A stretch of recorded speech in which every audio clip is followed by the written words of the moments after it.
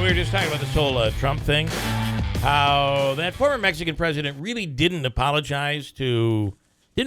apologize to Donald Trump.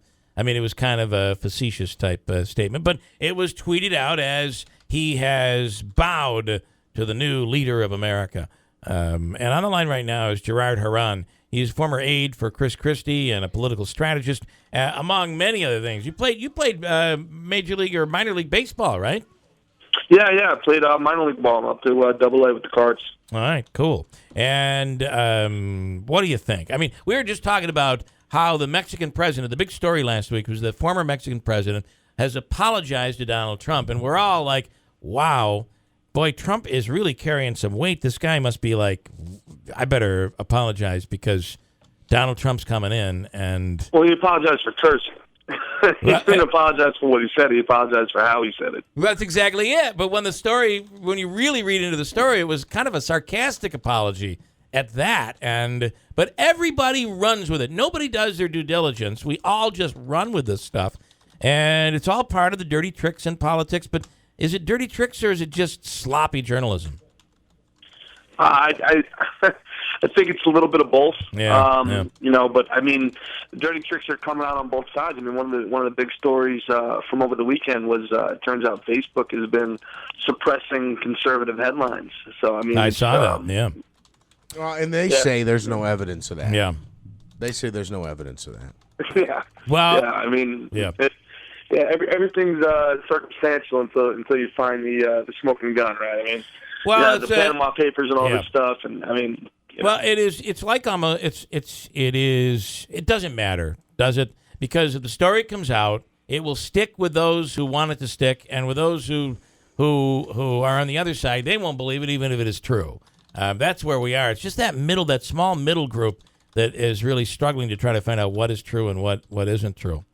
Yeah, that's a pretty large middle group, though. I mean, it is. So, I mean, right now, 35% of the country are going to believe anything anybody in blue says, and 30% of the country is going to believe anything anybody in red says, and that leaves another, 35% of the country that needs to figure it out. Big number. So I want to get on the dirty tricks, but I want to ask you before we get to some examples of dirty tricks that have been used in this campaign that we might not know about. I'll ask you what is going on with Chris Christie? Is he? I see these photos, and he just doesn't look like he's proud of where he is right now or happy with where he is right now. Or, I mean, what do you think? Yeah, well, I think the guy that supports Donald Trump, right now is not the same guy I worked for, quite frankly. 8 years ago. I think that one of the great things about Chris Christie is in a heavy blue state like New Jersey. He was able to work with then Mayor Cory Booker and work with a lot of Democrats to get real bipartisan legislation passed that helped the people in New Jersey. I think one of the best things that he did was, and he's been lambasted for it, was working with President Obama after Sandy, to put politics aside, and there was a real need for people. People needed help. And, he's been credited for getting Obama elected, which I think is nonsense. I think the Romney campaign ran a shoddy campaign there towards the end. But, that's part of what made him, what made him a good governor. And I think that he took on the teachers union, which he needed to take on. And, I think he thought the public would be behind him with that a little bit. But that he politicked it wrong, and he made it him against the teachers union instead of neighbor against neighbor. Yeah, teacher, I think you deserve more money. Why don't you ask your neighbor who's been unemployed for 2.5 years if they'd like their property tax to go up by another $1,000 a year? Isn't it amazing how Donald Trump really became that say anything, do anything candidate when it was Chris Christie's role? He completely stole that away from Christie. Well, yeah, Christie became too hawkish. I thought it was really bad decision making from his campaign from the beginning. Campaigning for Iowa, Chris Christie was never going to win in Iowa. Yeah. He was never going to win in Iowa. I've lived in the Midwest. When you're a Northeasterner, man, you know you can hand a bar of pure gold to somebody in Iowa, and half of them are going to be mad it's not platinum, and any other half's going to be like, what do you think? I can't make my own gold. So I mean, you just can't win. So that whole idea of him going heavy to the right and becoming very hawkish, and that it was just never going to be a fit for him. I mean, he should have ran on the fact that, hey, there's gridlock in Washington, and I'm the guy that gets things done. Ultimately, the way to win right now is to be able to satisfy those on the right and allow those on the middle and to the left middle to drift over to your side. And that seemed like, I thought Christie was the perfect guy for that. Well, he should have been. But, I mean, the problem right now with the Republican Party is there really is no national Republican Party. There really isn't. I mean, your Northeastern Republican is a rhino or a Democrat in down south Republican circles. They'll never believe in what you're saying. It's not even if you say things like you're pro-choice. If you just say things like being pro-life isn't a priority to you, what bothers me about the national GOP and what Trump is really exposed is you've got to run one campaign completely to win the primary and turn off 70% of the voting population in doing so, and then try to reverse everything that you said over the course of the next 4 months to win the general. It's self-defeating. It's self-defeating politics. It makes no sense. And it just makes you look like you don't believe in what you say. You're not true to your convictions. You're going back on your word. Which matters to conservative voters. It doesn't matter to Democratic voters. Hypocrisy is nothing to those people. They're okay with it. But the conservative voters, that's a big deal. Isn't the average American, though, I thought going into this until now, isn't the average American the middle and then left of the middle and right of the middle? Isn't that America? Well, what's the middle anymore? I mean, you'd have to determine what the middle is. I think that we've gone so far to the left, in just 50 years. I mean, if you look at the guy, one of the big Democratic, bastions of quote unquote progressive thought, John F. Kennedy. If you actually look at his policies and you listen to some of the things that he said, you would think that he was running as a senator from Texas today. Right. So the country's drifted pretty far to the left. I don't think that what's conservatism, what's not anymore. So socially, I think we're pretty liberal as a country, and I think what we need to do is economically and fiscally is we need to stop the movements towards liberalism, because I think that's wherein lies the rub. I don't mind us being socially liberal. I really don't. I don't care. It's just not a priority right now. When you have a 63% participation rate, in the employment force, caring who uses a bathroom and when should not be a priority. You mean this shouldn't be the biggest story right now? Because it was number 2 on the network news last night. It was what? It was number 2 on network news last night. The bathroom story. It's just it's ridiculous. All right, quickly, some dirty tricks. What dirty tricks have been used out there that you've observed that we might not have? Well, the dirtiest trick that people are using is they're just totally acting like they didn't say anything. I mean, in an era of information, when you have things on the internet and you have things for these politicians and their campaigns to say, oh no, I never said that. That was taken out of context. That's as dirty as it gets. That is manipulation. That is propaganda at its absolute worst. Well, a great example of that is Hillary today in West Virginia, where she clearly came out and said, and we have recordings of it. I'm going to be tough. There's going to be a lot of coal companies going out of business in West Virginia, and here she is running against this socialist, and she's going to lose today but she's saying she never said it. It was taken out of context. I didn't mean it that way.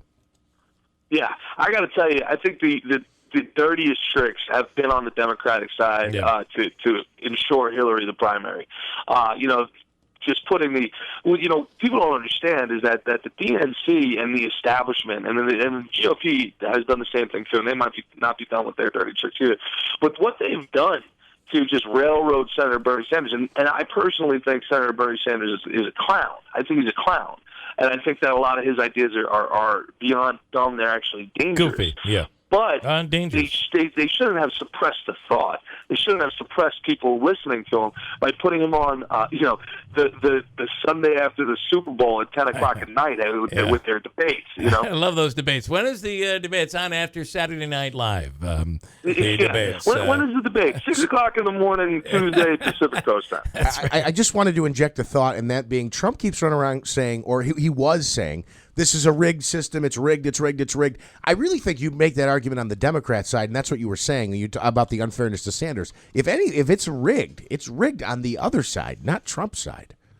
No, it's completely and totally rigged on the Democratic side, and I think that one of the things that when you talk about dirty politics is that people are just listening to what works for the other side. So when Bernie Sanders is out there blaming somebody for this, blaming somebody for that, and blame, right?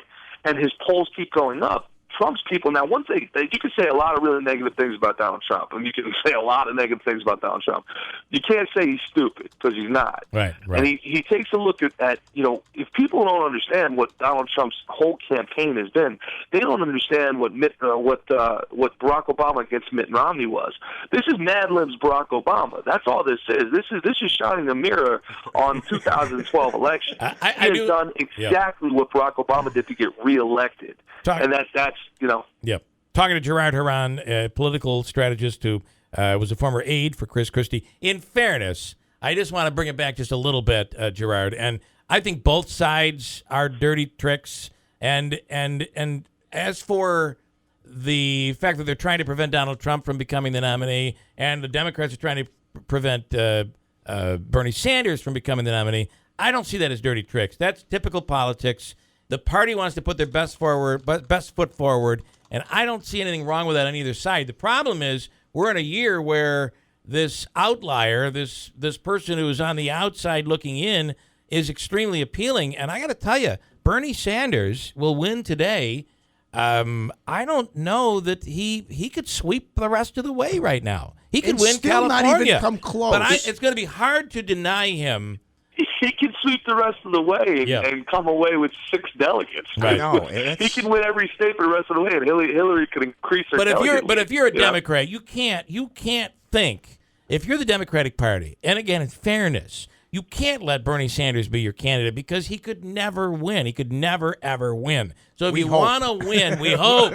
Could you vote for Bernie Sanders? Honestly, because anybody, I don't want to say that because they'll come out and say they will. But the fact is, I don't think there's anything wrong with the Democrats doing what they're doing, and I don't think there's anything wrong with what Paul Ryan and the Republicans are doing. You got to put your best foot forward, and you can't allow. Our forefathers designed the country this way. The parties were designed this way as well. You can't allow this is from 1972. I mean, right. This doesn't go back to the Constitution. I mean, the superdelegate system was put in 1972, man.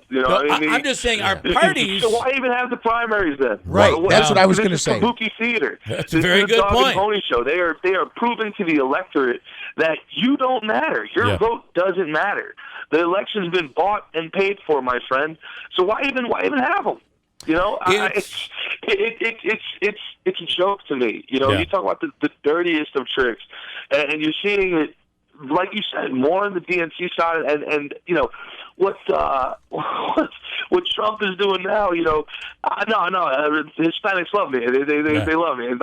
I mean, this bowl of tacos. It was made by a Hispanic, Trump Tower. I mean, it's ridiculous. What the dirtiest trick of all is that the voting public, the actual voter, has been proven to be irrelevant. And we've all kind of had that feeling. We've all kind of felt like, my vote doesn't matter. Why vote? Blah blah blah. We get yelled at, as a voting public when non-election years. Yeah. You get midterm elections at 11%, and now the 11% that actually vote, we seem like the idiots. Right. We seem like the dum-dums. Because this stuff is all predetermined, man. Gerard Haran, Chris Christie was one of my early picks, and man, I've never seen such a crumble. On all 15 or 16 of them he beat, right?